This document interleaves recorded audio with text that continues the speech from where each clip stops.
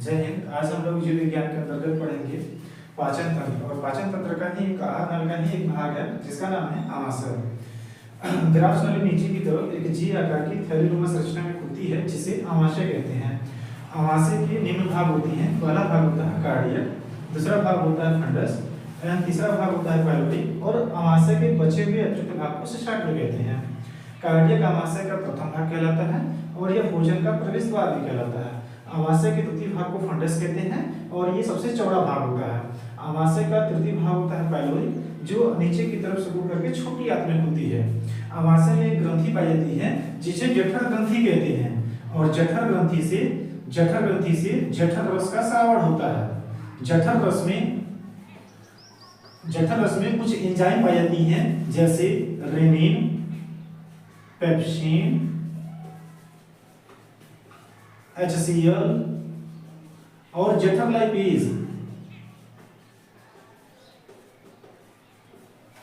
Rennin केवल बच्चों की आमाशय में स्रावित होने वाला एक एंजाइम है जो बच्चों में दूध में उपस्थित प्रोटीन का पाचन करती है। पेप्सिन वयस्क मानव के आमाशय से स्रावित होने वाला एक एंजाइम है जो वयस्क मानव में प्रोटीन का पाचन करती है। HCl आमाशय की जठर ग्रंथि स्रावित होने वाला एक अम्ल है जो भोजन को सड़ने से बचाती है और आमाशय में उपस्थित हानिकारक जीवाणुओं को नष्ट भी करती है।